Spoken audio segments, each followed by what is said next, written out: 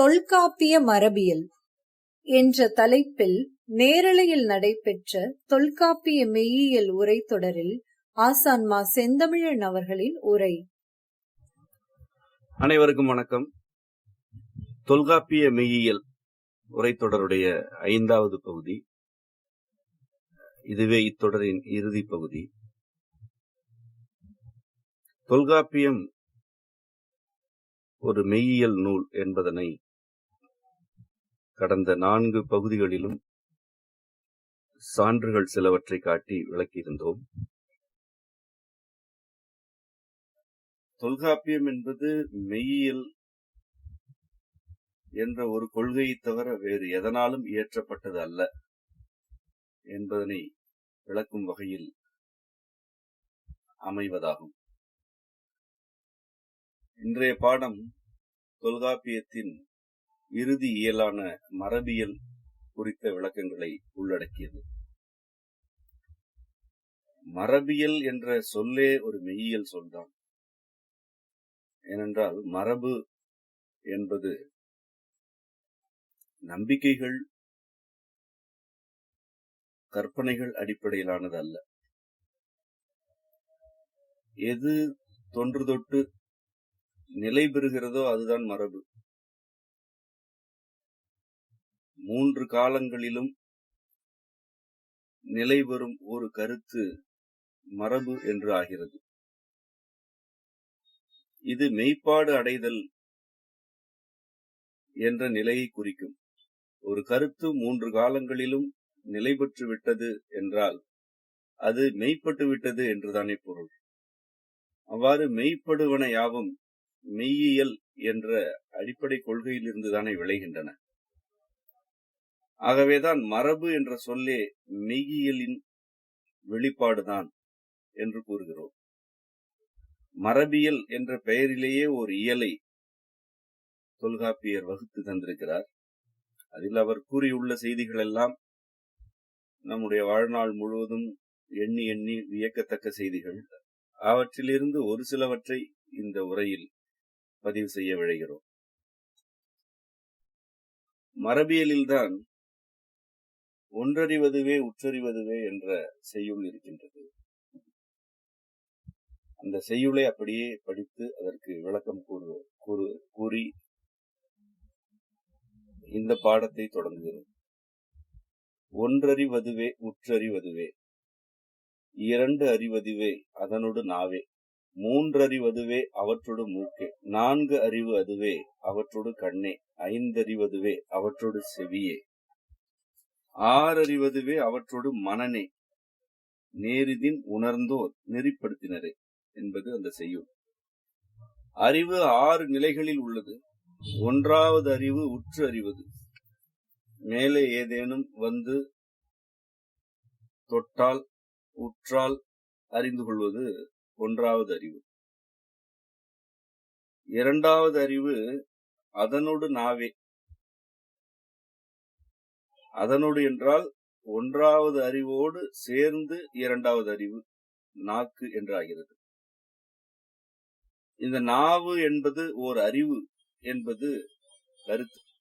அதனை ஒரு புலன் என்று பார்க்காதீர்கள், அதனை அறிவு என கொள்ளுங்கள் என்பதுதான் தொல்காப்பிய கருத்து. நாவில் சுவை தெரிகின்றது. சுவை அறிதல் ஓர் அறிவு.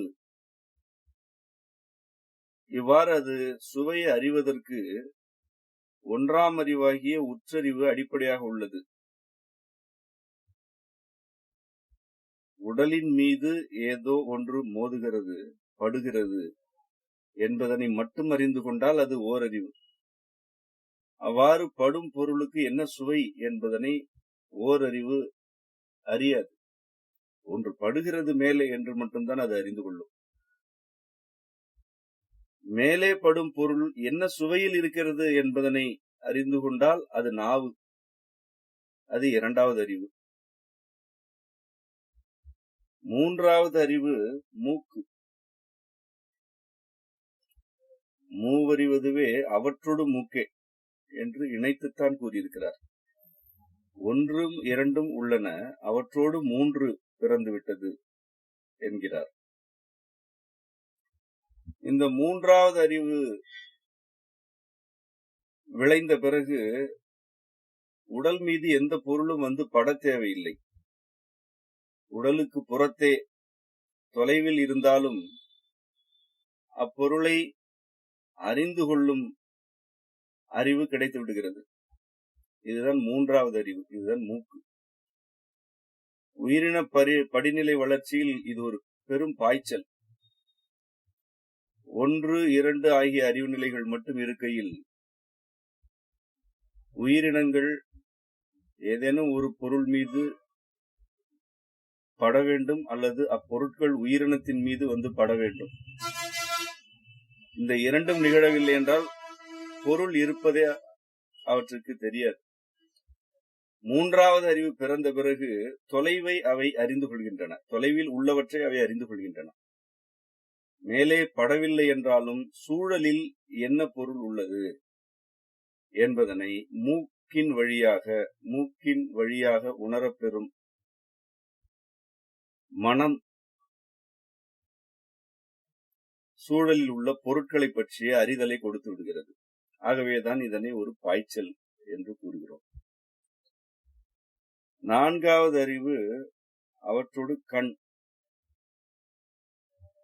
சூழலில் உள்ள பொருட்கள் காட்சி என்னும் அறிவுக்கு எட்டி விடுகின்றன. மூக்கு மட்டும் இருக்கையில் ஒரு உயிரினம் தன் சூழலில் உள்ள பொருட்களின் நாற்றத்தை கொண்டு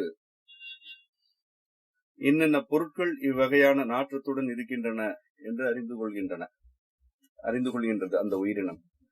ஆனால் கண் என்ற நான்காவது புலனறிவு வளர்ச்சி அடைந்த பிறகு சூழலில் உள்ள பொருட்களின் தோற்றம், வண்ணம் ஆகியவற்றையும் அது அறிந்து கொள்கிறது.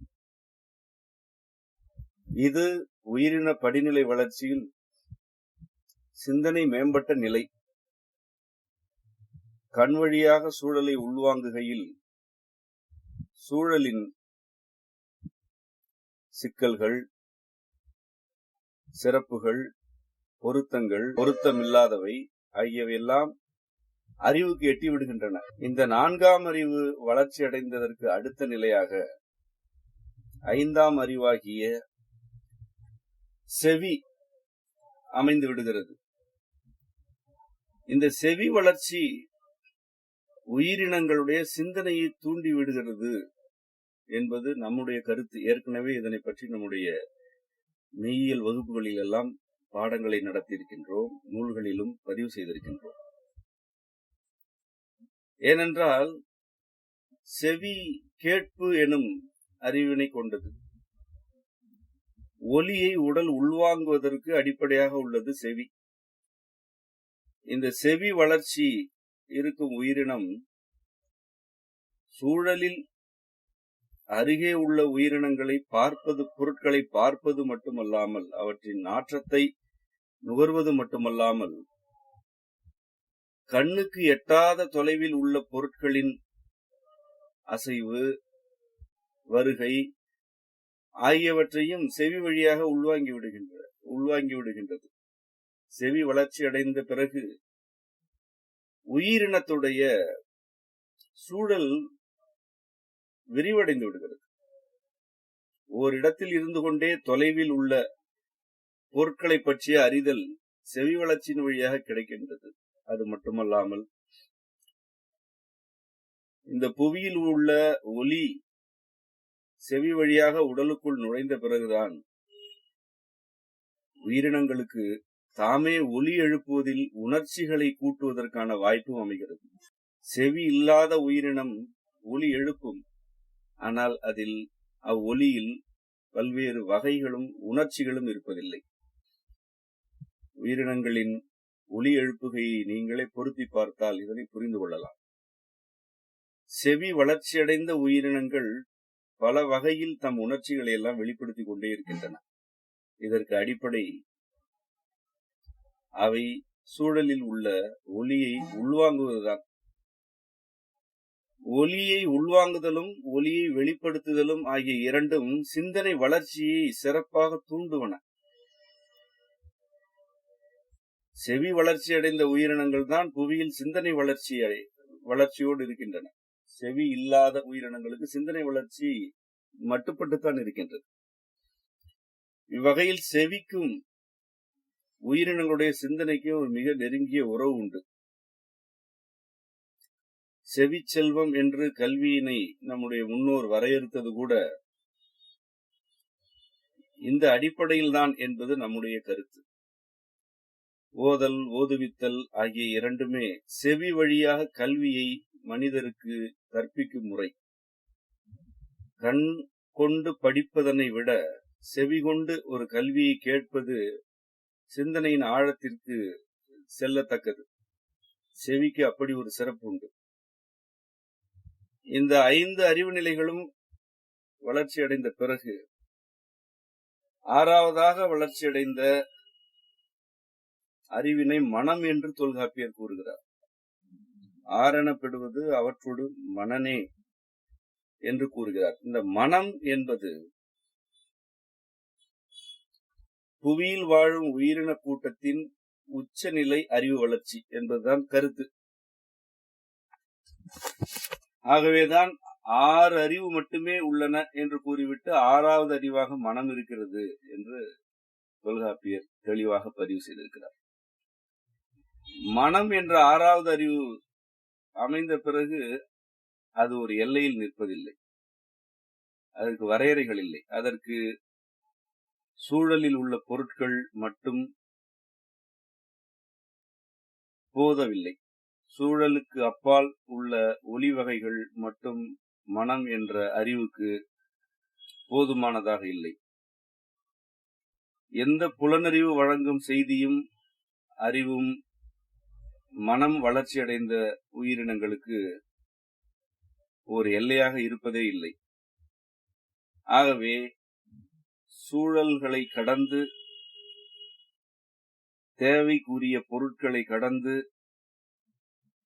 5 அறிவு நிலைகள் அனைத்தையும் கடந்து மனம் என்ற 6வது அறிவினால் சிந்தனையின் ஆழத்திற்கு பயணித்து நான் யார், நான் எதற்கு வந்திருக்கிறேன், சூழலில் உள்ள இந்த பொருட்கள் எல்லாம் எத்தன்மையின, இவையெல்லாம் எவ்வாறு பிறந்தன, வளர்ந்தன என்ற கேள்விகளுக்குள் மனிதர்கள் தம் 6வது அறிவினால் தான் பயணிக்கிறார்கள். 6வது அறிவு இல்லாத பிற 5 அறிவு உயிரினங்கள் தம்முடைய தேவை மற்றும் இனப்பெருக்கம் ஆகியவற்றோடு தம் வாழ்க்கையை முடித்துக் கொள்கின்றன. ஆனால் 6வது அறிவு கொண்ட மனிதர்கள் மட்டும்தான் தேவைகளுக்கு அப்பால் வாழ்க்கையை சிந்திக்கிறார்கள். பல்வேறு கேள்விகளை அவர்களே எழுப்பி அவற்றுக்கு மனதிலேயே விடை காண்கிறார்கள். இது மனிதருக்கு உள்ள சிறப்பு என்பதனை விட மனித பிறவிக்கு 6ஆம் அறிவாகிய மனம் வழங்கிக் கொண்டிருக்கும் சிறப்பு என்றுதான் கூற வேண்டும். இந்த படிநிலை வளர்ச்சியை தொல்காப்பியர் ஏறத்தாழ 7000 ஆண்டுகளுக்கு முன் பதிவு செய்திருக்கிறார்.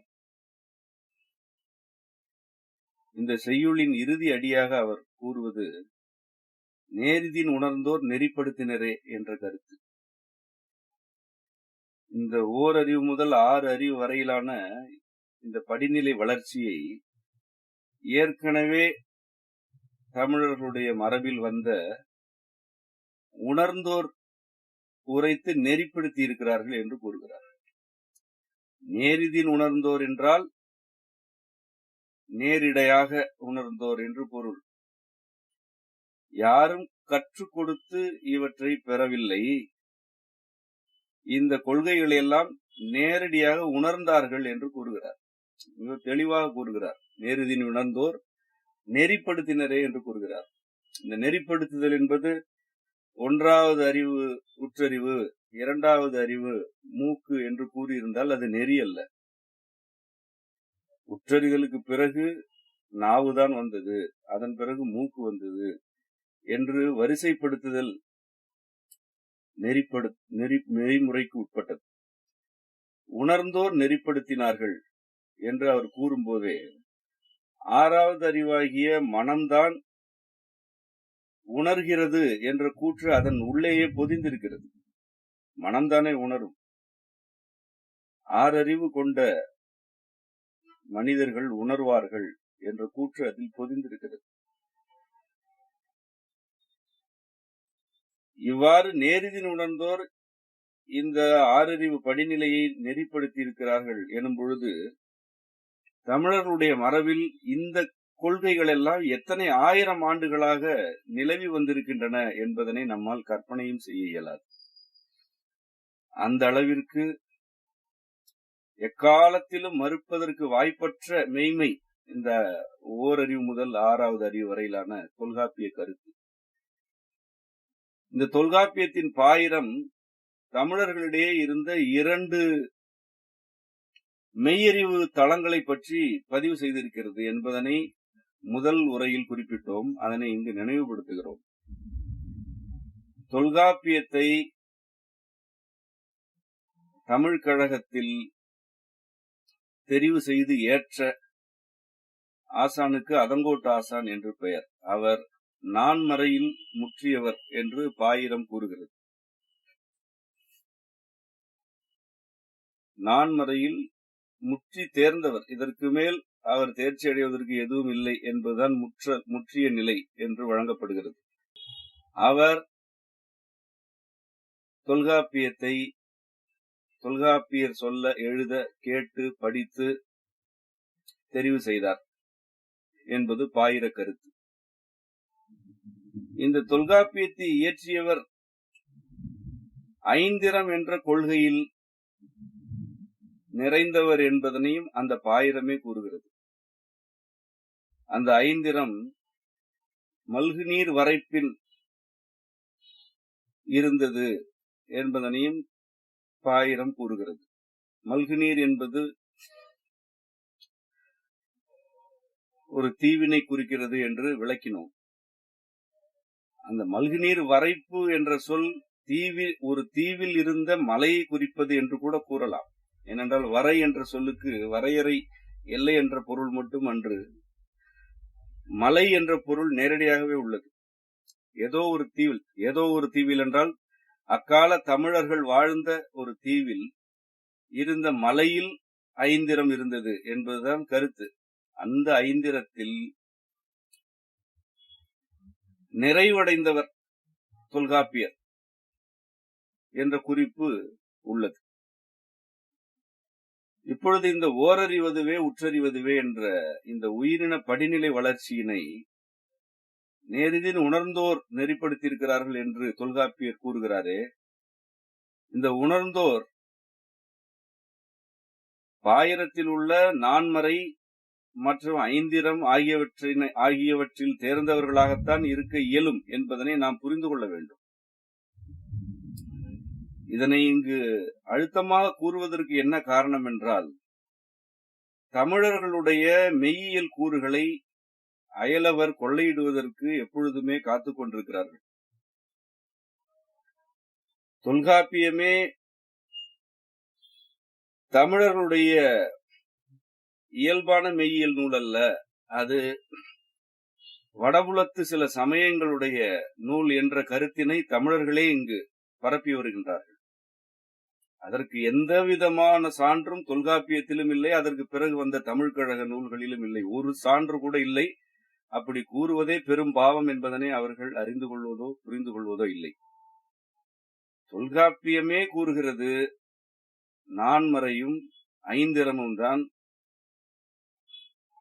அக்கால வழக்கில் இருந்த 2 கொள்கைகள் என்பதனை தெளிவாக கூறுகிறது.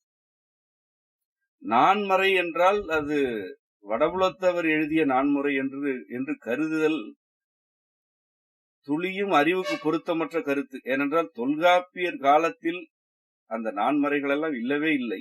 அது மட்டுமல்ல, வடபுலத்தவர் ஒரு நான்மறையை வைத்திருக்கிறார்களே, அதற்கு எழுத்து வடிவம் அன்றும் இல்லை, இன்றும் இல்லை. வேறு எழுத்து வடிவங்களில் தான் அவர்கள் எழுதி கொண்டிருந்தார்கள், எழுதி கொண்டிருக்கிறார்கள். ஆனால் தொல்காப்பிய பாயிரமே மயங்கா மரபின் எழுத்து முறை காட்டி என்றுதான் தொடங்குகிறது. மயக்கமடையாத இந்த தமிழர்களுடைய மரபின் எழுத்து முறையை காட்டும் நூல் இது என்று தொடங்குகிறது. ஆகவே நான்மறை நம்மிடம் ஏற்கனவே எழுத்து வடிவில் இருந்தது என்பது பாயிரத்திலேயே உள்ள வரலாற்று குறிப்பு. அது ஒரு ஆவண குறிப்பு. அது நான்மறை தமிழில் இருந்தது. ஐந்திரம் தமிழர்களுடையது. இந்த இரு கொள்கைகளின் சாரம்தான் தொல்காப்பியம் என்பதனை நீங்கள் அனைவருமே புரிந்து கொள்ள வேண்டும். இதனை விடாது பற்றி கொள்ள வேண்டும். இன்றைக்கு தொல்காப்பியத்தை பற்றி நாம் கருத்துக்களை எல்லாம் சமூகத்தில் முன்வைக்கிறோம். இந்த கருத்துகள் பரவி கொண்டிருக்கின்றன. பலர் இப்பொழுது தொல்காப்பியம் குறித்து பேசுகிறார்கள், எழுதுகிறார்கள்.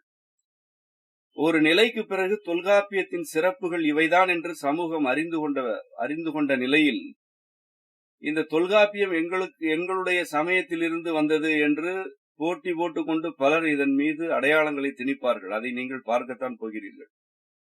இது பல நூற்று ஆண்டுகளாக தமிழர்களுக்கு நிகழ்ந்து வரும் ஒரு துயரம்.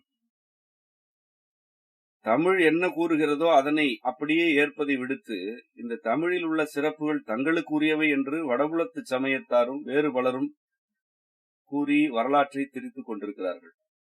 அவற்றிற்கெல்லாம் நீங்கள் ஆட்படக்கூடாது என்பதற்காக இதனை இந்த அளவிற்கு விளக்கமாக கூறுகிறோம். அடுத்ததாக தொல்காப்பியர் தமிழர்களுடைய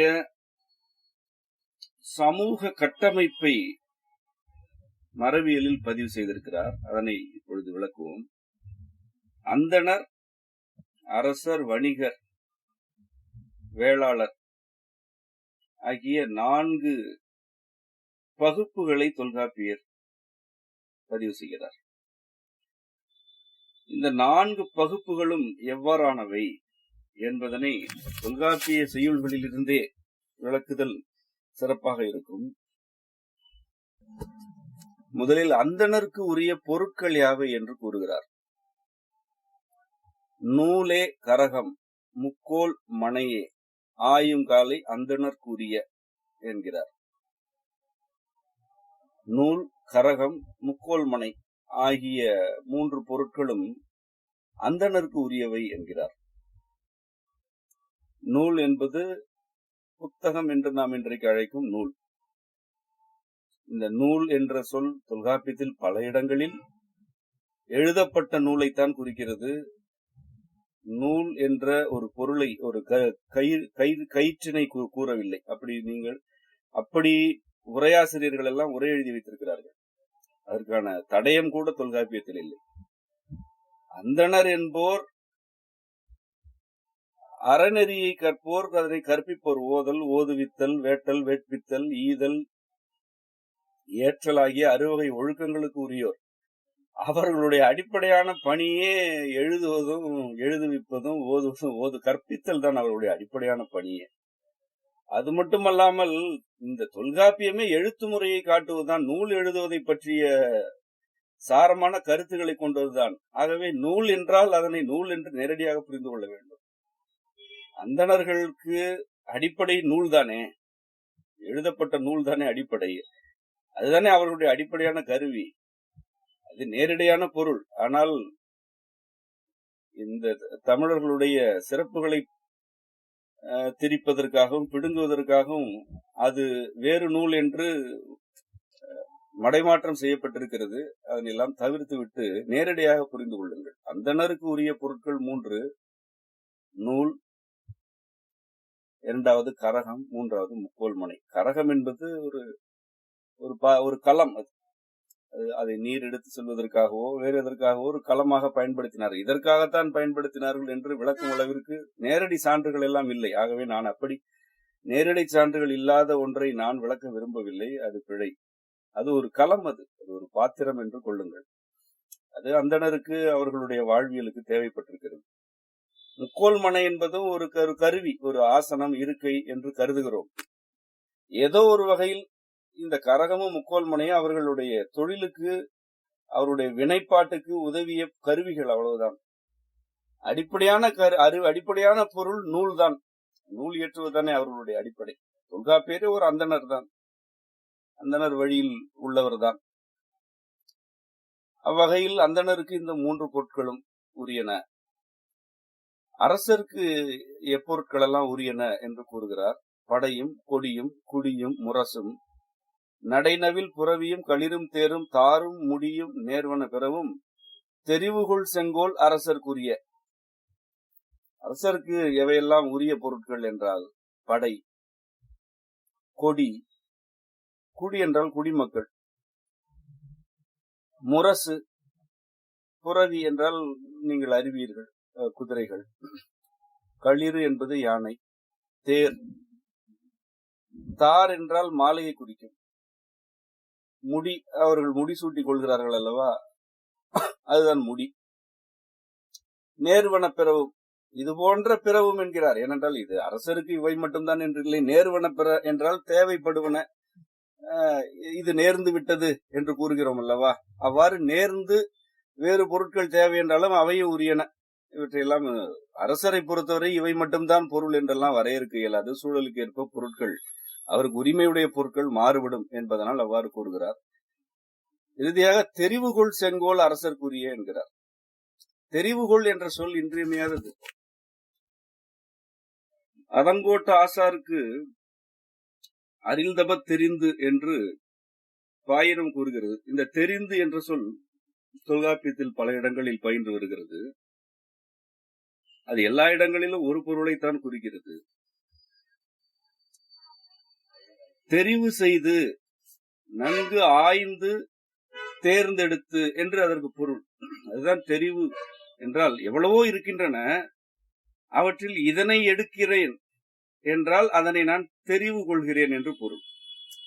இவ்வாறு இதனை தெரிவு கொள்வதற்கு நான் அதனை ஆய்ந்து நுண்ணி புரிந்து கொள்ள வேண்டும். ஆய்ந்து தெரிந்து கொள்ளுதல், அதுதான் தெரிவு கொள்ளுதல். படைக்கு முன்னொட்டு இல்லை. படைதான், குடிதான், புறவி, களிறு ஆகியவற்றையெல்லாம் குறிப்பிட்டு விட்டு நேர்வன பிறவும் உள்ளன என்றெல்லாம் கூறிவிட்டு செங்கோலுக்கு மட்டும் அதனை கூறுகிறார். எவ்வளவு பொறுப்பான ஒரு சிந்தனை இது. செங்கோல் என்பது எப்படிப்பட்டதாக இருக்க வேண்டும் என்றால் தெரிவுகொள் செங்கோல் அரசர்க்குரிய. செங்கோல் என்பது ஒரு கருவி அல்ல, அது ஒரு அரசருடைய கருத்தமைவு குறியீடு. இந்த செங்கோல் வழாமை வேண்டும் என்று தமிழ்கழக பாடல்கள் எல்லாம் பயின்றுள்ளன. இதனை நீங்கள் அறிவீர்கள். அது நெறி தவறிவிடக் கூடாது என்பதற்காக செங்கோல் ஒரு குறியீடு. இவ்வாறான அரசருக்கு ஒரு குறியீடாக இருக்கும் செங்கோல் தெரிவுகொள் செங்கோலாக இருக்க வேண்டும். அது ஒரு பொறுப்பற்றதாக நெறியற்றதாக இருக்கக்கூடாது. அது தெரிவுகொள் செங்கோல் என்று கூறுகிறார். இவையெல்லாம் அரசருக்கு உரியவை. இவ்வாறு சில உரிய பொருட்கள் எவை எவருக்கெல்லாம் என்றெல்லாம் கூறும் தொல்காப்பியர் மரபியலின் 75வது செய்யுளில்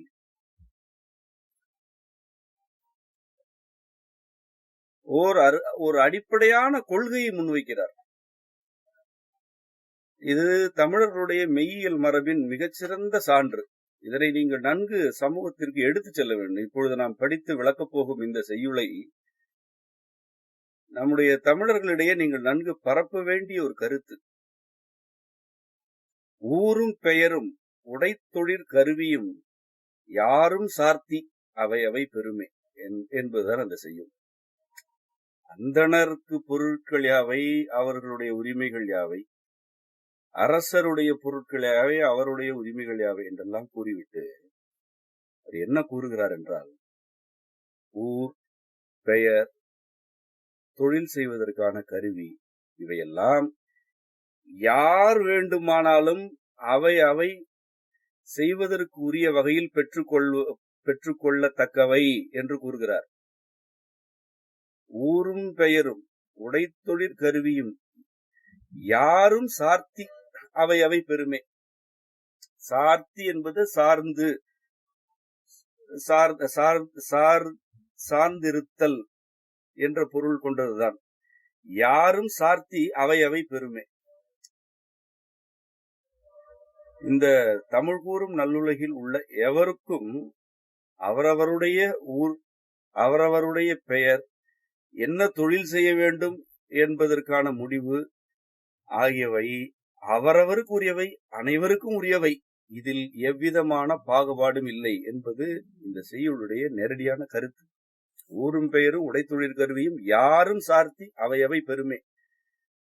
இன்னார் இதனை மட்டும்தான் செய்ய வேண்டும், இந்த தொழிற்கருவிகளை தொடலாம், தொடக்கூடாது, இப்படித்தான் பெயரிட்டுக் கொள்ள வேண்டும், இன்னார் ஊர் பெயரை அறிவிக்கலாம் அல்லது அறிவிக்க கூடாது என்று எந்த தடையும் இல்லை என்பதுதான் கருத்து. இந்த ஊரும் பெயரும் என்று அவர் ஏன் ஊரை குறிப்பிடுகிறார் என்றால், ஊர் பெயரால் தமிழர்கள் தங்களை அழைத்துக் கொள்வது அக்காலத்தில் ஒரு அடிப்படையான வழக்கம். மதுரை கணக்காயனார் மகனார் நக்கீரனார், வெண்ணி குயத்தியார், இவை எல்லாமே ஊர் பெயர்களை முன்னோட்டாக கொண்டவை. இந்த ஊர் பெயரை சேர்த்துக் கொள்வதில் தன்னுடைய பெயர் எப்படி இருக்க வேண்டும் என்பதற்கான உரிமை, என்ன தொழில் செய்ய வேண்டும் அதற்கான கருவிகள் யாவை என்று தெரிவு செய்யும் உரிமை, இதெல்லாம் அவரவருக்கு உரியன. இந்த உரிமைகள் அனைவருக்கும் உரியன என்று தொல்காப்பியர் கூறுகிறார். இதனை எங்கே கூறுகிறார்? அந்தணர், அரசர், வணிகர், வேளாளர் ஆகிய 4 சமூக பகுப்புகளை பற்றி விளக்கும் பொழுது கூறுகிறார். இதற்கு என்ன பொருள்? இதனை ஏன் இங்கு கூற வேண்டும்? யார் வேண்டுமானாலும் அந்தணராகலாம், எவர் வேண்டுமானாலும் அரசராகலாம், எவரும் வணிகம் செய்யலாம், எவரும் வேளாண்மை செய்யலாம். இது யாரும் சார்த்தி அவரவர் பெருமை, அவை பெருமை என்ற நிலை உள்ள பகுப்புகள் என்பதற்காக கூறுகிறார். இது வேறு எந்த அடிப்படையிலும் இந்த 4 பிரிவுகளும் வரையறுக்கப்படவில்லை என்பதனை நாம் புரிந்து கொள்ள வேண்டும். அவ்வளவு தெளிவாக தொல்காப்பியம் இந்த தமிழ் கூறும் நல்லுலகம் அனைவருக்குமான சமூக பகுப்புகளைத்தான் கொண்டிருந்தது என்பதனை பதிவு செய்திருக்கிறது. இதனை விட அதற்கு அடுத்த செய்யுள் இதனை இன்னும் அழுத்தப்படுத்துகிறது. தலைமை குணச்சொலும் தத்தமுக்கு உரியதோர் நிலைமைக்கேற்ப நிகழ்த்துபவென்ப என்று அது இதை மேற்கண்ட கருத்தின் அடுத்த ஆழத்திற்கு செல்கிறார். தலைமை குணச்சொல் என்பது ஒரு சமூகத்திற்கோ ஒரு கூட்டத்திற்கோ குழுவிற்கோ தலைமை தாங்கும் குணம் கொண்ட சொல். சொல் என்பது தொல்காப்பியத்தில் வெறும் இன்றுள்ள வார்த்தையை குறிப்பதல்ல. தொல்காப்பியத்தில் சொல் என்று வரும் பொழுது ஒரு வெறும் சொல்லை குறிப்பதல்ல, அது ஒரு கருத்தை குறிப்பது. சொல் என்பது கருத்து. அப்படித்தான் அதனை எடுத்துக்கொள்ள வேண்டும். வெறும் சொல்லை குறிப்பதற்கு கிளவி என்று ஒரு சொல் இருக்கிறது. அது கிளவியாக்கம், கிளவி, கிளத்தல் என்றெல்லாம் தொல்காப்பியத்தில் பயின்று வருகிறது. இந்த குணச்சொல் என்றே கூறுகிறார். தலைமைக்கு ஒரு குணம் இருக்கும் அல்லவா? தலைமை குணச்சொல் என்பது ஒரு தலைவர் எவ்வாறான குணங்களோடு கருத்துக்களை முன்வைக்க வேண்டும் என்பதனை குறிப்பது. அந்த குணச்சொல் தத்தமக்கு உரியது, அவரவருக்கு உரியது. அவ்வாறு உரியதோர் நிலைமைக்கேற்ப நிகழ்த்துவ. சூழல்களுக்கேற்ப தலைவர்கள் தம்முடைய குணச்சொற்களை, தம்முடைய தலைமை கருத்துக்களை அவரவரும் அவரவருடைய உரிமைப்படி சூழல்களுக்கேற்ப நிகழ்த்தி கொள்ள வேண்டும் என்கிறார்.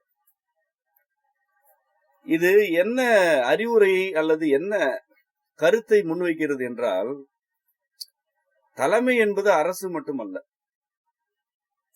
அரசுதான் தலைமை, அரசர் சொல்வதை அனைவரும் கேட்க வேண்டும் என்பது தமிழர் மரபில் இல்லை.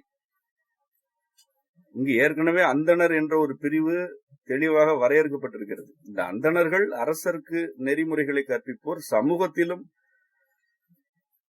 கல்வி கற்பித்து இறையியலை கற்றுக் கொடுப்போர் வேட்டல், வேட்பித்தல் என்பவையெல்லாம் இறையியலுக்குரிய தொழில்கள். இப்படி அந்தணர்கள் இருக்கிறார்கள், அரசர்களும் இருக்கிறார்கள், வணிகர், வேளாளர் இருக்கின்றனர். இன்னும் தமிழ் கூறும் நல்லுலகத்தில் 4 வகை நிலங்கள் பகுக்கப்பட்டிருக்கின்றன. அந்த 4 வகை நிலத்திற்கும் அவரவருடைய வினைப்படி தொழிற்பெயர்கள் எண்ணற்றவை இருக்கின்றன. நேற்றைய பாடத்தில் அவற்றையெல்லாம் கண்டோம். இப்படி எண்ணற்ற பிரிவுகள் தமிழகத்தில் இருக்கின்றன. இவ்வளவு பிரிவுகள் இருப்பதனால் ஒரு தலைமையின் கருத்து என்பது இல்லை என்பதனை தெளிவாக வரையறுக்கிறார். தலைமை குணச்சொல்லும் தத்தமக்கு உரியதோர் நிலைமைக்கேற்ப நிகழ்த்துவ என்பார். இப்படி இதனால்தான் ஒரு குறிஞ்சி நிலம் என்றால் குறிஞ்சி நிலத்திற்கு என்று பல தலைவர்கள் இருந்தார்கள். ஒரு குறிஞ்சி மலை இருக்கிறது என்றால் அந்த ஒரு மலையிலேயே பல ஊர்கள் இருக்கும், குறிஞ்சி சீரூர்கள் இருக்கும். ஒவ்வொரு ஊருக்கும் ஒரு தலைவர் இருப்பார். அவர் ஒரு தலைவர். அவருடைய குணச்சொற்கள் அவருடைய ஊருக்கு உரியன. மருத நிலம் இருக்கின்றது. மருத நிலம் என்பது ஒரு நிலப்பகுப்பு தான். அந்த மருத நிலத்தில் பல்லாயிரம் ஊர்கள் இருந்தன. ஊருக்கு ஒரு மன்றம் இருக்கு. மன்று என்று அழைக்கும் வழக்கம் உண்டு. தமிழ் கழக பாடல்களில் மன்று என்ற இடம் பல்வேறு இடங்களில் வரும். அவ்வாறான ஊர் மன்று கூடும் பொழுது அந்த மன்றுக்கு என்று ஒரு தலைவர் இருப்பார். அங்கு எழும் சிக்கல்களுக்கு, அதாவது நிலைமைகளுக்கு ஏற்ப நிகழ்த்துபவர் என்கிறார் அல்லவா, அதுதான். அங்கு எழும் நிலைகளுக்கு ஏற்ப எது தலைமை குணச்சொல்லோ, எது தலைமை கருத்தோ அதனை அவரவரும் சொல்லிக் கொள்ளுங்கள், அவரவரும் அந்தந்த கருத்துக்களை முன்வைத்துக் கொள்ளுங்கள், சமூகத்தை வழிநடத்துங்கள் என்று கூறுகிறார். இதற்கு முந்தைய செய்யுள் என்ன கூறுகிறது? ஊரும் பெயரும் உடைத்தொழில் கருவியும் யாரும் சார்த்தி அவையவை பெருமை. இதற்கெல்லாம் எந்த விதமான என்ன தொழில் செய்ய வேண்டும் என்பதற்கோ, என்ன பெயர் வைத்துக் கொள்ள வேண்டும் என்பதற்கோ எவ்விதமான தடையும் இல்லை. அவரவரும் பெற வேண்டும். அவரவருக்குரியவற்றை பெற்றுக் கொள்ளுங்கள். இரண்டாவது, தலைமை கருத்துகளையும் அவ்வாறே நிகழ்த்திக் கொள்ளுங்கள், நிலைமைக்கேற்ப நிகழ்த்திக் கொள்ளுங்கள். அந்தணர்கள் இருக்கிறார்கள் என்பதற்காக ஓர் ஊரில் உள்ள நிலைமைக்கு அந்தணர் வந்துதான் கருத்து கூற வேண்டும் என்று எதிர்பாராதீர்கள். எல்லா சிக்கல்களையும் நிலைமைகளையும் அரசர் வந்துதான் தீர்த்து வைக்க வேண்டும் என்று காத்திராதீர்கள் என்பதுதான் இதற்கு பொருள். அதனால்தான் இந்த இடத்தில் குறிப்பிடுகிறார் அதனை. இந்த செய்யுள் வரிசையே அந்தணரை குறிப்பிடுகிறது. இரண்டாவது, அரசருக்குரிய படை, கொடி, செங்கோல் ஆகியவற்றையெல்லாம் குறிப்பிட்டு விட்டு அரசருக்குரிய இவ்வளவு கருவிகள் இருக்கின்றன, இவ்வளவு படைகள் இருக்கின்றன, இவ்வளவு இருந்தாலும் சமூக தலைமை என்பது அங்கங்கு நிகழ்வதுதான். அவரவரும் அவரவருடைய தலைமைக்கு ஏற்ப, சூழலுக்கு ஏற்ப நிகழ்த்தி கொள்ளுங்கள் என்று இந்த தொல்காப்பியம் ஒரு அரசருடைய வரம்பினை உடைத்து ஒரு கருத்தை பதிவு செய்கிறது. அரசர் சொல்லே இறுதி என்ற நிலையே வந்துவிடக் கூடாது. இந்த தமிழ்நாட்டு குடிகளுடைய வாழ்வியல் ஆங்காங்கு உள்ள சமூக தலைமையின் அடிப்படையில் இருக்க வேண்டும் என்ற கருத்து. எவ்வளவு ஆழ்ந்த சமூகவியல் கருத்து இது என்பதனை சிந்தித்து பாருங்கள். இப்படி ஒரு இலக்கணம் அவர் பதிவு செய்து வைத்திருக்கிறார். அப்படித்தான் தமிழர்களும் வாழ்ந்தார்கள். தமிழ் கழக பாடல்களில் இவ்வாறான சீரூர் தலைவர்கள் எண்ணற்றோர் பதிவு செய்யப்பட்டிருக்கிறார்கள். ஊர் தலைவர்கள் ஏராளமானோர் பதிவு செய்யப்பட்டிருக்கிறார்கள். இன்றும் கூட இந்த வழக்கமெல்லாம் பழங்குடிகளிடையே அப்படியே இருக்கின்றது. ஒரு மலையிலேயே ஒரு 20 பழங்குடி சமூகங்கள் இருக்கின்றன என்றால் ஒவ்வொரு சமூகத்திற்கும் ஒரு தலைவர் இருப்பார். இந்த சமூகத்தினுடைய தலைமை குணச்சொல் இன்னொரு சமூகத்திற்கு பொருந்தாது. அங்கு நிகழும் நிலைமைகளுக்கு ஏற்ப வழக்காறுகள் இருக்கின்றன. நம்முடைய தமிழகத்தின் பெரும்பான்மையான ஊர்களிலெல்லாம் இந்த வழக்கம் சில ஆண்டுகளுக்கு முன்பு இருந்தது. அது தொல்காப்பியர் காலத்தில் பதிவு செய்யப்பட்டது என்றாலும் இது அவர் இயற்றுவதற்கெல்லாம் முன்பு பல்லாயிரம் ஆண்டுகளாகவே தமிழர்களிடையே இருந்த ஒரு குடிமை முறை. இது ஒரு குடிமை ஆட்சி. தமிழகத்தில் இருந்தது என்பதற்கு இது ஒரு சிறந்த சான்று. இந்த சமூக முறைகளுக்கெல்லாம் பிறகு தொல்காப்பியத்தில் நாம் வியந்து பார்க்கத்தக்க இன்னொரு கருத்து, புல் மரம் ஆகிய 2 தாவர வகைகளை ஒரு வரியில் விளக்கி விடுகிறார். ஒரே வரி, புல்லுக்கு ஒரு வரி, மரத்துக்கு ஒரு வரி. இந்த மொத்தம் 2 வரிகள். இந்த 2 வரிகளை மீறிய ஒரு வரையறையை எந்த காலத்திலும் எவராலும் செய்ய இயலாது. அப்படி ஒரு இலக்கணம். புல் என்றால் என்ன என்பதனை ஒரு செய்யுளில் பதிவு செய்கிறார். புறக்கால் அணவே புல் எனப்படுமே. இதுதான் புல். புறத்தில் வயிர்ப்பு, அதாவது புறத்தில் உறுதித்தன்மை இருந்தால் அது புல். அகக்காலனவே மரம் எனப்படுமே. அதே உறுதித்தன்மை அகத்தில் இருந்தால் அது மரம். இதுதான் தாவரவியல் பகுப்பு. தாவரங்கள் பல்வேறு வகைகளில் இருக்கின்றன. ஆனால் புல் மரம் ஆகிய 2ஐ இங்கு தொல்காப்பியர் விளக்குகிறார்.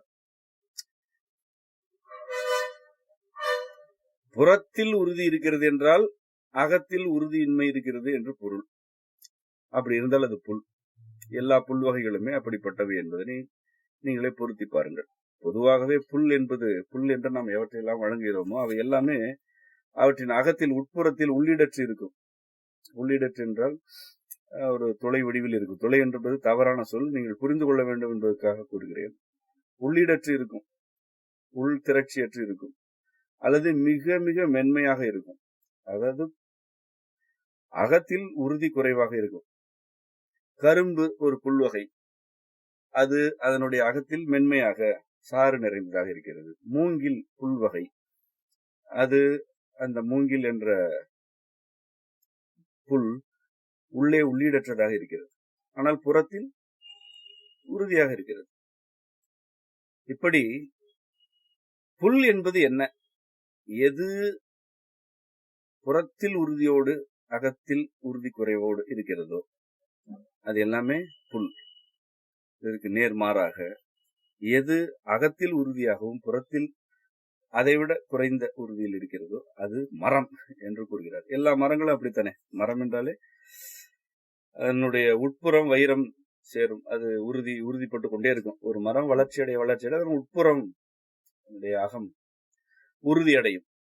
அவருடைய புறப்பகுதி நிலையற்றது, அது செதில்களாக பட்டைகளாக ஒரு வகையான மென்மை தன்மையோடு உதிர்ந்து கொண்டு மீண்டும் வளர்ந்து கொண்டே இருக்கும். ஆனால் உட்புறம் உறுதி பெற்றுக் கொண்டே இருக்கும். இந்த மரபியல் என்பது வேறு பல உயிரினங்களை பற்றிய பகுப்புகளை எல்லாம் மிக மிக தெளிவாக வைத்திருக்கிறது.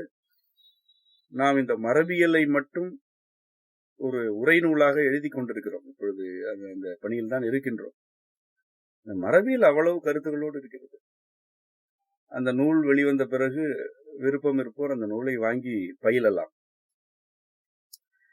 இந்த நெல் மரம் ஆகிய புல் மரம் ஆகிய 2ஐ பற்றி இங்கே மேற்கோள் காட்டுவதற்கு காரணம், தொல்காப்பியம் என்பது ஏதோ ஒரு மொழி இலக்கண நூல் என்று கற்றுக் கொடுக்கப்பட்டிருக்கிறது.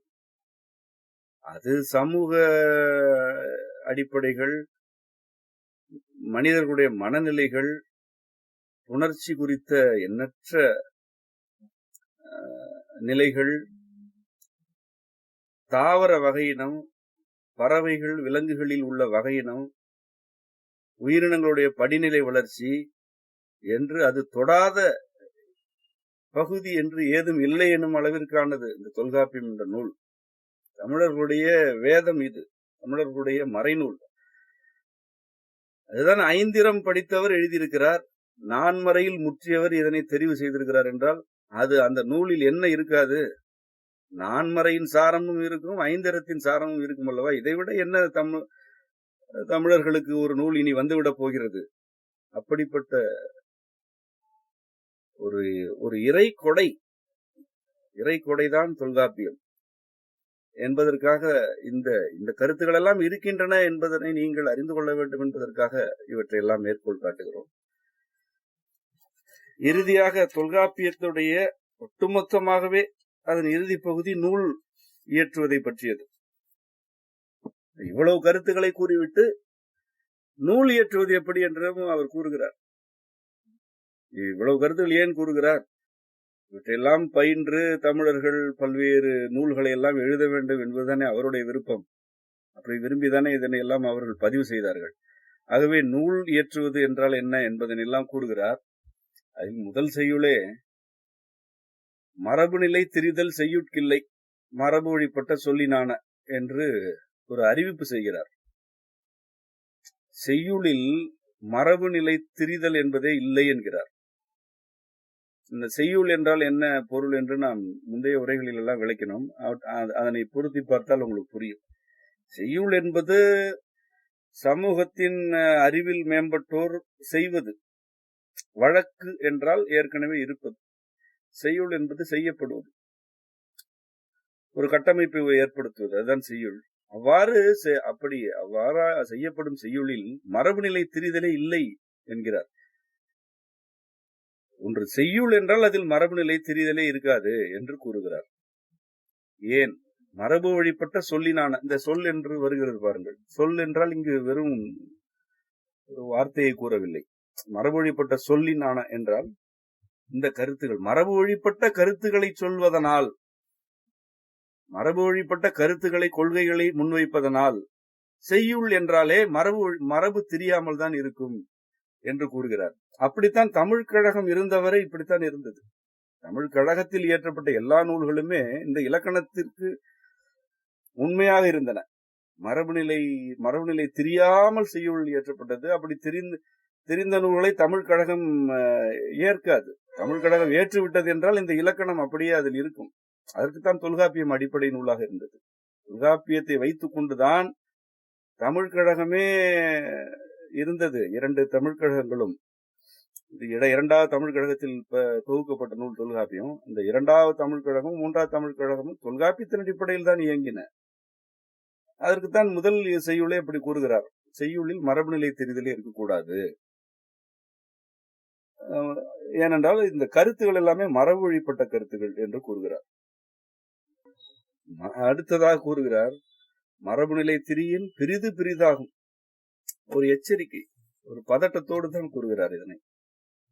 அப்படி மரபு நிலையில் இருந்து திரிந்து விட்டால் பிரிது பிரிதாகும், வேறாகி போகும். மரபு நிலையை திரிந்தால் வேறு கருத்து வந்துவிடும் என்று கூறவில்லை, வேறாகிவிடும், எங்கோ சென்று விடும் என்று சமூகம் எங்கோ சென்று சீரழிந்து விடும் என்று கூறுகிறோம் அல்லவா? அதுதான் கருத்து.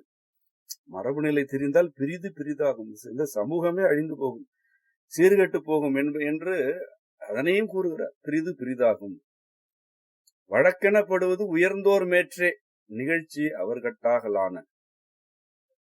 இந்த மரபு நிலை என்பது செய்யுள்களால் பாதுகாக்கப்படுகிறது என்று முதல் 2 பாடல்களில் கூறினார். 3வதாக வழக்கு என்றால் என்ன என்று கூறுகிறார். ஏனென்றால்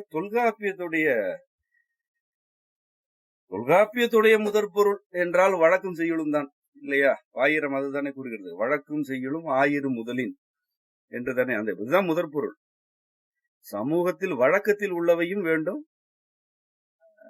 சிந்தனை மேம்பட்ட அறிவாளர்கள் செய்யும் செய்யுட்களும் வேண்டும் என்பதுதானே தொல்காப்பியத்துடைய அடிப்படை.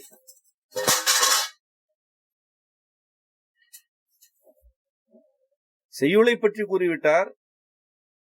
வழக்கு என்பதற்காக எதையாவது எடுத்து ஏதேனும் ஒரு சீரழிந்த சமூகத்தை கெடுக்கும் கருத்துக்களை எல்லாம் வழக்கு என்று சேர்த்துக் கொள்ளாதீர்கள் என்பதற்காக அவ்வளவு எச்சரிக்கையாக கூறுகிறார். வழக்கு எனப்படுவது உயர்ந்தோர் மேற்றே.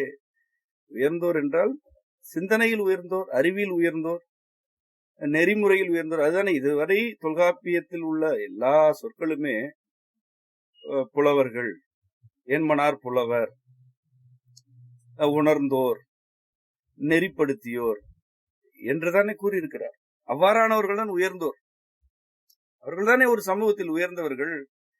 ஒரு சமூகத்தில் எவை இருக்க வேண்டும், எவை இருக்கக்கூடாது, இந்த சமூகம் அற நெறியின்படி வாழ்வதற்கு தேவையானவை யாவை, தேவையற்றவை யாவை என்று பகுத்தாய்ந்து சிந்தனை வழி சென்று கொள்கைகளை முன்னெடுப்பவர்கள் தானே உயர்ந்தோர். அவ்வாறான உயர்ந்தோர் சொல்கிறார், எதனை வழக்கு என்று கொள்கிறார்களோ அதனை மட்டும் கொள்ளுங்கள். நிகழ்ச்சி அவர்கட்டாகலான இந்த நிகழ்ச்சிகள் எது வழக்கத்தினால் உள்ள நிகழ்ச்சி என்பது ஒரு ஆழ்ந்த மெய்யியல் கருத்து. அதெல்லாம் இங்கு விளக்கினால் அது எங்கோ செல்லும். ஆனால் நிகழ்ச்சி என்பது ஒரு நிகழ்வு என்று புரிந்து கொள்ளக்கூடாது. அது ஒரு ஆழமான ஒரு சொல். அது வழக்கு நிகழ்ச்சி ஆகியவையெல்லாம் உயர்ந்தோர்களுடைய வழியில் இருக்க வேண்டும் என்று கூறுகிறார். மரபு தெரிந்துவிடக்கூடாது. அதேவேளை ஒரு சமூகத்தில் ஒரு வழக்கம் இருக்கிறது என்பதற்காக எல்லாவற்றையும் ஏற்றுக்கொள்ளக்கூடாது என்பதனையும் கூறுகிறார். இதற்கு ஒரு சான்று கூற வேண்டும் என்றால், இந்த பெருந்திணை என்ற ஒரு அகத்திணையை பற்றி விளக்கினோம். இந்த பெருந்திணை என்பது என்ன? பல பெருந்திணையில் பல குறிப்புகள் உள்ளன. அதில் ஒன்று மடலேறுதல். அதாவது மடல் திறம் இளமை தீர்திறம் என்று அந்த பாடல் தொடங்கும். ஒரு ஆண் ஒரு பெண்ணை காதலிக்கிறான். அந்த பெண்ணுக்கு அவன் மீது நாட்டம் இல்லை. இந்த ஆண் என்ன செய்கிறான்? ஒரு கழுதை போன்ற ஒரு பொம்மையை செய்து கொண்டு, உருவத்தை செய்து அதன் மீது ஏறி அந்த பெண்ணின் பெயரை சொல்லி கத்திக்கொண்டே ஊர் முழுதும் வலம் வருகிறான். இதற்கு பெயர் தான் அவளை நான் காதலிக்கிறேன், அவள் என்னை ஏற்கவில்லை என்று அவன் தன்னைத்தானே இழிவுபடுத்திக் கொண்டு ஒரு பரிதாபம் தேடும் ஒரு முயற்சி. இப்படி ஒரு வழக்கம் இருந்திருக்கிறது. இது மடலேறுதல். இதை பற்றி குறிப்புகள் பல பாடல்களில் உள்ளன. இதனை பெருந்திணையில் பெருந்திணையில் வைத்தார்கள். இது வழக்கம்தான், சமூகத்தில் உள்ள வழக்கம்தான். ஆனால் இது அகத்திணையுடைய ஐவகை உணர்ச்சிகளுக்கும் அப்பாற்பட்டது. ஐவகை உணர்ச்சி நிலைகள் உரிப்பொருட்கள் யாவை? புணர்ச்சி, இருத்தல், பிரிவு, ஊடல், இரங்கல் ஆகியவை ஐவகையான அகத்திணை உணர்ச்சிகள், உரிப்பொருள் நிலைகள். இது செய்யுள். இந்த பெருந்திணையில் இப்படி மடலேறுதல் போன்ற கருத்துக்கள் இருக்கின்றன, வழக்கங்கள் எல்லாம் சமூக வழக்கம். இந்த வழக்கங்களை என்ன செய்வது என்றால், இதனையெல்லாம் நீ ஒரு வழக்கு என்று பதிவு செய்து கொள்ளாதே. இதனை வழக்கு என்று ஏற்றுக்கொள்ளாதீர்கள் என்பது கருத்து. இதுதான் இந்த வழக்கு எனப்படுவ உயர்ந்தோர் மேற்றே நிகழ்ச்சி அவர் கட்டாகலான என்ற செய்யுளுடைய ஒரு சான்று நான் கூறியது. இப்படி ஒரு சமூக நடைமுறை இருக்கிறது என்பதை பதிவு செய்ய வேண்டும். ஆனால் அது சமூக வழக்கம் என்று ஏற்றுக்கொள்ளக்கூடாது. இதுதான் வழக்கு. இப்படி இருக்கிறது, ஆனால் நாங்கள் அதனை ஏற்கவில்லை என்பது. இதுதான் உண்மை, இதுதான் மெய்மை. எந்த சிக்கலும் இல்லை என்று கூறினால் அது உண்மை அல்ல. சிக்கல் இருக்கிறது, ஆனால் நாங்கள் அதனை வழக்கு என்று ஏற்றுக்கொள்ள மாட்டோம் என்பது கருத்து. இது வழக்கு என்று ஏற்றுக்கொள்ளப்படாததனால் தான் அது பெருந்திணையில் வைக்கப்பட்டது. இந்த பாடல் இயற்றப்பட்டவை எல்லாம் ஐந்திணைக்குத்தான். உணர்தலுக்கு, பிரிதலுக்கு, இருத்தலுக்கு, ஊடலுக்கு, இரங்கலுக்கு பாடல்கள் இயற்றப்பட்டன. அவைதனை உரிப்பொருள் என்று கூறுகிறார். உரிப்பொருளில் ஐந்திணைகள் தான் உண்டு. முதற்பொருள், கருப்பொருள், உரிப்பொருள். உரிப்பொருளில் ஐந்திணைகள் தான் உண்டு, 5 உணர்ச்சிகள் தான் உண்டு. கைக்கிளையும் பெருந்திணையும் உரிப்பொருளில் இடம்பெறவே இல்லை. எந்த நிலத்திற்கும் உரிய ஒழுக்கங்கள் அல்ல இவை என்று அவை ஒதுக்கப்பட்டவை. அவை ஒதுக்கப்பட்டவற்றை ஏன் பதிவு செய்தார்கள் கைக்கிளை பெருந்திணை என்று? இவை ஒதுக்கப்படுபவைதான். ஆனால் இப்படியான நிலைகள் சமூகத்தில் இருக்கின்றன என்பதனையும் பதிவு செய்ய வேண்டும். இதுதான் உண்மை, ஒரு மெய்மை. இதனால் தான் இதனை மெய்யியல் நூல் என்கிறோம். ஒரு சார்பாக நின்று பதிவு செய்து விடவில்லை. இருக்கின்ற நிலைகளையும் பதிவு செய்ய வேண்டும், எவற்றை ஏற்க வேண்டும் என்ற கொள்கையும் இருக்க வேண்டும். இது ஒரு சான்று. இப்படி பல சான்றுகளை கூறலாம். உயர்ந்தோர் மேற்றே என்றால் இதுதான் உயர்ந்தோர் மேற்றே. உயர்ந்தோர் வழக்கு என்று எதனை ஏற்க வேண்டும் என்பது உயர்ந்தோர்கள் தான் முடிவு செய்ய வேண்டும். இவ்வாறு ஒரு பெண்ணை இழிவு செய்யும் தாழ்ந்தவர்கள் எல்லாம் அவர்களுக்கு ஒரு வேளை உரிமை இருந்தால் அவர்கள் என்ன பாடல் பாடியிருப்பார்கள் என்று கற்பனை செய்து பாருங்கள். நமக்கு குறிஞ்சி பாடல் கிடைத்திருக்குமா? முல்லைத்தனை பாடல் கிடைத்தது? ஒரு பாடலும் கிடைத்திருக்காது.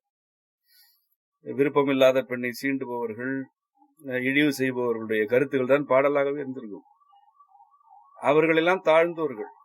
இதுதான் மரபு என்ற கருத்தில் தொல்காப்பியர் நூல் இயற்றும் பொழுது கொள்ளப்பட வேண்டிய கருத்தாக முன்வைப்பது. இறுதியாக அவர் நூல்களை வகைப்படுத்தியிருக்கிறார். மரபுநிலை திரியா மாட்சியவாகி உரைபடு நூல்தான் இரு வகை நிலைய முதலும் வழியும் என நுதலிய நெறியின. மீண்டும் சொல்ல 2 வகை நூல்கள் என்று நேரடியாக சொல்லலாம். ஆனால் அவருக்கு எதிர்காலம் பற்றி அவ்வளவு பொறுப்பு இருந்திருக்கிறது.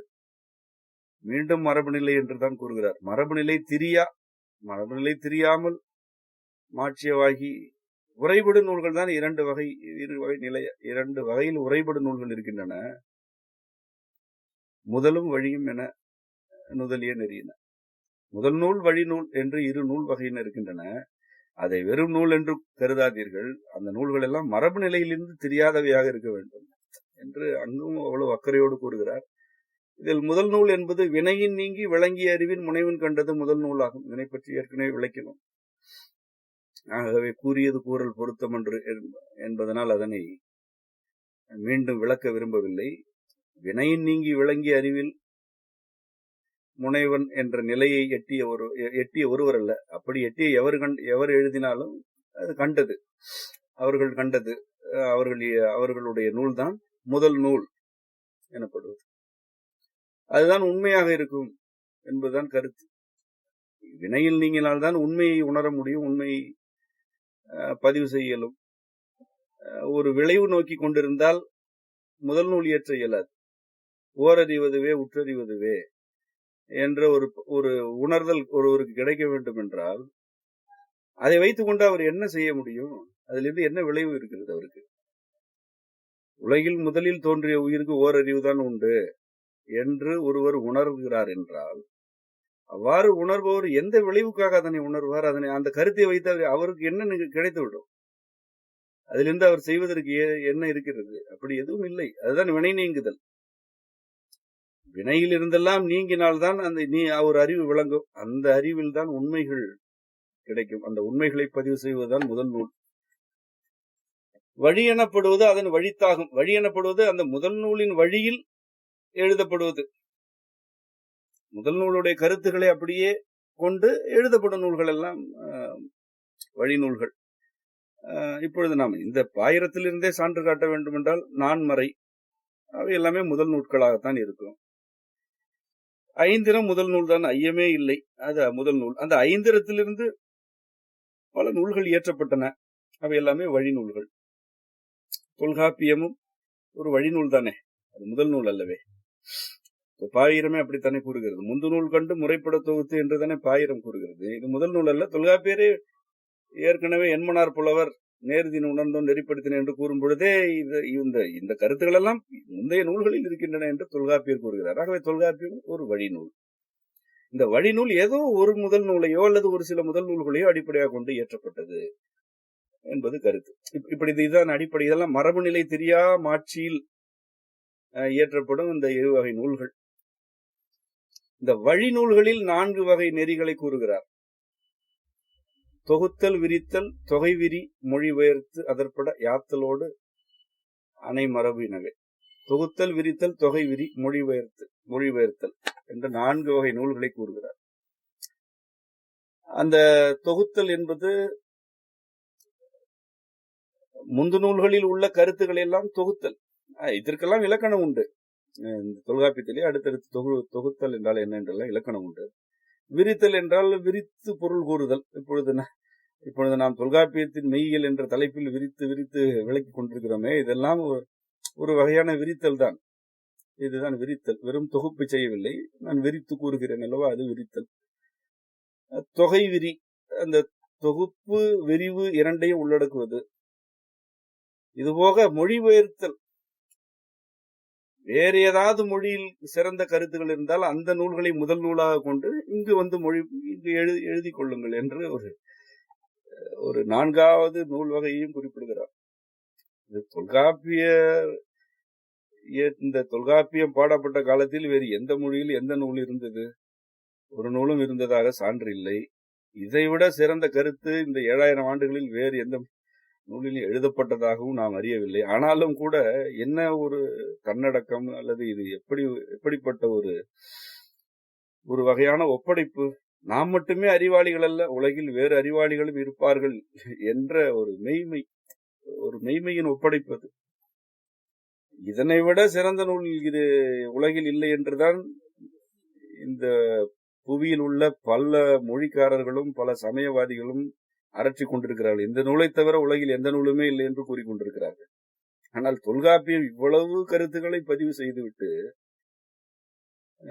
ஏறத்தாழ பல நூறு கோடி ஆண்டுகளுக்கு முன்பு புவியில் தோன்றிய உயிரினங்களை பற்றிய கருத்தை எல்லாம் பதிவு செய்துவிட்டு இவை போக வேறு மொழியில் இருந்தாலும் அந்த கருத்துக்களையும் நீங்கள் மொழிபெயர்த்துக் கொள்ள வேண்டும் என்றும் பதிவு செய்கிறார் என்றால், இதனை விட நேர்மை, இதனை விட ஒரு மெய்மை யாரிடம் இருந்து விட போகிறது என்று நாம் சிந்தித்து பார்க்கிறோம். அப்படி ஒரு மெய்மையை நாம் வேறெங்கும் கண்டதில்லை. தமிழ் கழக நூல்களில்தான் அவ்வளவு மெய்மைகள் இருக்கின்றன. இப்படி நூல் மரபு என்று எடுத்துக்கொண்டால், இந்த நூல் என்ற கருத்து மரபு தெரிந்துவிடக்கூடாது என்று அக்கறையுடன் பதிவு செய்யப்பட்டிருக்கிறது. முதல் நூல் என்றால் என்ன, வழிநூல் என்றால் என்ன என்ற கருத்துக்கள் எல்லாம் மிக தெளிவாக பதிவு செய்யப்பட்டிருக்கின்றன. இவ்வகையில் தொல்காப்பிய மெய்யியல் என்ற ஒரு உரைத்தொடர் இன்றோடு நிறைவடைகிறது. இந்த 5 உரைகளையும் விரும்புவோர் மீண்டும் மீண்டும் கேட்டு ஆழ்ந்து தெளிந்து நம்முடைய மரபின் மீது பற்றுக்கொண்டு இந்த நூலை பயில வேண்டும் என்பது நம்முடைய விருப்பம். இந்த கருத்துக்களை எல்லாம் நீங்கள் பயில வேண்டும். உங்கள் குடும்பத்தாரோடு இந்த கருத்துக்களை வைத்து உரையாட வேண்டும். உங்கள் பிள்ளைகளுக்கு இந்த கருத்துக்களை கற்றுத்தர வேண்டும். இறுதியாக ஒன்றை மட்டும் நான் கூற விரும்புகிறேன். இந்த தொல்காப்பியர் இவ்வளவு பொறுப்புடனும் அக்கறையுடனும் கருத்துக்களை பதிவு செய்தாரே, இவையெல்லாம் யாருக்காக பதிவு செய்தார்? எத்தனையோ 1000 ஆண்டுகளுக்கு பிறகு இந்த தமிழ் கூறும் நல்லுலகில் பிறக்கும் மனிதர்கள் அனைவருக்கும் அறிவு மேம்பட வேண்டும், அவர்களுடைய வாழ்க்கையில் இன்பம் தழைக்க வேண்டும் என்பதற்காகத்தானே பதிவு செய்தார். இதெல்லாம் யாருக்கோ எழுதப்பட்ட நூலா? பல்லாயிரம் ஆண்டுகளுக்கு முன்பு எழுதப்பட்ட நூல். இன்று வரை இந்த நூலில் உள்ள மெய்மை கொள்கைகளை எல்லாம் எவரும் அசைத்து பார்ப்பதற்கு வாய்ப்பில்லாத அளவுக்கு உறுதியான மெய்யியலாக இருக்கும் நூல். இந்த நூல் சந்தித்த இடர்பாடுகள் எல்லாம் சொல்லி மாளாது. இந்த நூல் களப்பிரர் ஆட்சி காலத்தில் தடை செய்யப்பட்டே இருந்தது. நூலை தடை செய்தே வைத்திருந்தார்கள். அதன் பிறகு இந்த நூலுக்கு உரை எழுதியோர் தொல்காப்பியத்தில் உள்ள சாரமான கொள்கைகளை எல்லாம் திரித்து மறைத்து எழுதி வைத்திருக்கிறார்கள். இதை பற்றி இந்த உரைகளில் நிகழ்ந்திருக்கிற சிக்கல்களை பற்றி எல்லாம் பேசினால் அது ஒரு பெரும் துயரமாகவே அமையும். அவ்வளவு சிக்கல்கள் இருக்கின்றன. கிட்டத்தட்ட 2000 ஆண்டுகளாகவே இந்த நூல் தமிழர்களிடமிருந்து பிரிக்கப்பட்டு விட்டது. இந்த ஆண்டு காலம் நான் கூறுவது உங்களுக்கு மிகையாக தோன்றலாம். நான் சிறிதளவு கூட மிகைப்படுத்தவில்லை. நான் உள்ளது நிகழ்ந்த வரலாற்றை கூறுகிறேன். ஏறத்தாழ 2000 ஆண்டுகளாக தொல்காப்பியம் தமிழர்களிடமிருந்து திட்டமிட்டு பிரிக்கப்பட்டு விட்டது. அதற்கு உரை எழுதியவர்கள் ஏறத்தாழ அனைவருமே, சில நூற்றாண்டுகளுக்கு முன் உரை எழுதிய அனைவருமே தொல்காப்பியத்தின் மரபு கொள்கைகளை வழுவி உரை எழுதியவர்கள் தான்.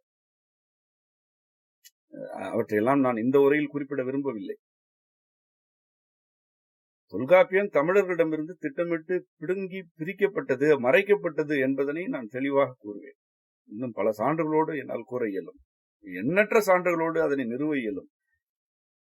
அது வெறும் புலம்பலாகவும் வருத்தமாகவும் இருக்கும். அந்த நூல் ஏறத்தாழ 2000 ஆண்டுகளுக்கு பிறகு மீண்டு வர வேண்டும் என்பது இறையின் விருப்பம் என்றுதான் நான் இதனை புரிந்து கொள்கிறேன். ஏனென்றால் இறையியலில் இருந்து வந்த இறை உணர்தல் பெற்றவர்கள் எழுதிய நூலின் சாரம் தானே தொல்காப்பியம். அது என்ன அழிந்து போகுமா என்ன? முதற் தமிழ் கழகமே முக்கண்ணனாரும் முருகவேலும் அமர்ந்து செய்த கழகம் தானே. அந்த கழகத்து நூல்களில் இருந்த சாரத்தை தான் தொல்காப்பியம் பதிவு செய்தது எனும் பொழுது, இந்த இறைத்தமிழ் ஒரு தொன்மை காப்பு நூலை வைத்திருக்கிறது என்றால் அது அழிந்து போகுமா என்ன?